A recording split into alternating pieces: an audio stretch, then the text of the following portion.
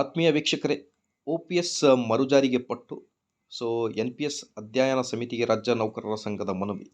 ಬನ್ನಿ, ಆಗಿದ್ದಲ್ಲಿ ಮಾಹಿತಿ ಏನಿದೆ ಅಂತ ಡೀಟೇಲ್ ಆಗಿ ನೋಡ್ತಾ ಬರೋಣ. ಅದಕ್ಕಿಂತ ಮುಂಚೆ ನೀವು ಕೊಡುವ ಒಂದೇ ಒಂದು ಲೈಕ್ ನಮಗೆ ಸಪೋರ್ಟ್ ಆಗಿರುತ್ತೆ. ವೀಕ್ಷಕರೇ, ದಯಮಾಡಿ ವಿಡಿಯೋನ ಲೈಕ್ ಮಾಡಿ, ಅದರ ಜೊತೆಗೆ ನಮ್ಮ ಯೂಟ್ಯೂಬ್ ಚಾನಲನ್ನು ಕೂಡ ಸಬ್ಸ್ಕ್ರೈಬ್ ಮಾಡಿಕೊಳ್ಳಿ.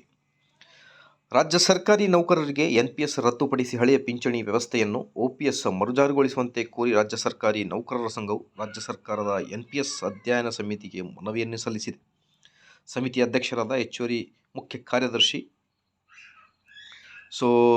ಅವರ ನೇತೃತ್ವದಲ್ಲಿ ಸೋಮವಾರ ನಡೆದ ಸಭೆಯಲ್ಲಿ ಸಂಘದ ರಾಜ್ಯಾಧ್ಯಕ್ಷರಾದ CS ಷಡಾಕ್ಷರಿ ಅವರು ಹಳೆಯ ಪಿಂಚಣಿ ಯೋಜನೆಯನ್ನೇ ಮರುಜಾರಿಗೊಳಿಸುವಂತೆ ಸರ್ಕಾರಕ್ಕೆ ಶಿಫಾರಸು ಮಾಡಲು ಪೂರಕವಾದ ದಾಖಲೆ ಮಾಹಿತಿಯನ್ನು ಸಲ್ಲಿಸಿ ವಿನಂತಿ ಮಾಡಿದರು. CS ಷಡಾಕ್ಷರಿ ಅವರು ಸಲ್ಲಿಸಿರುವ ದಾಖಲೆ ಮಾಹಿತಿ ಸಂಕ್ಷಿಪ್ತ ವಿವರ ಹೀಗಿದೆ.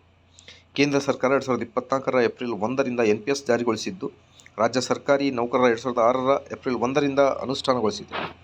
ಆದರೆ ಈಗ ಮತ್ತೆ OPS ಅನ್ನು ಮರುಜಾರಿ ಮಾಡಬೇಕು ಅನ್ನೋದ್ರ ಬಗ್ಗೆ ಒಂದು ಮನವಿಯನ್ನು ಮಾಡಿದ್ದಾರೆ. ಆದಷ್ಟು ಬೇಗ OPS ಜಾರಿಯಾಗಲಿ. ಮಾಹಿತಿ ಇಷ್ಟದಲ್ಲಿ like, share and subscribe. Thank you.